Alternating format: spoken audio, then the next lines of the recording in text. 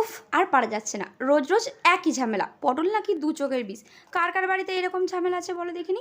তাহলে চটজলদি বানিয়ে নাও এইরকম পটলের রেসিপি, তাহলে দেখবে এইটাই বারবার খেতে চাই। তো এর জন্য কোনো ব্যাপার না, প্রথমে পটল নিতে হবে ফ্রেশ থেকে। এবার ভালো করে পটলটাকে পুড়িয়ে নিতে হবে, এপিটোপিট পোড়া যখন হয়ে যাবে তখন তুলে নেবে। আরে চিন্তা করছো কি, বেশি কিছু মশলা লাগবে না। আদা আর রসুন একটু বেটে নিতে হবে, দেখো বাটা হয়ে গেছে। এবার পটলগুলোকে জলে ভালো করে ধুয়ে নিয়ে এর ওপরে যে কালো অংশটা ছাড়িয়ে নেবো। এরপর একটু কষ্ট করে ভালো করে স্ম্যাশ করে নিতে হবে। আরে দাঁড়াও, এখনো তো বাকি আছে নাকি।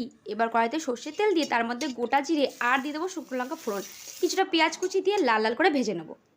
পেঁয়াজগুলো লাল লাল করে ভাজা হয়ে গেলে দেবো সেই আদা রসুনের পেস্ট। এবার দেবো কিছুটা লঙ্কা গুঁড়ো, হলুদ গুঁড়ো আর লবণ।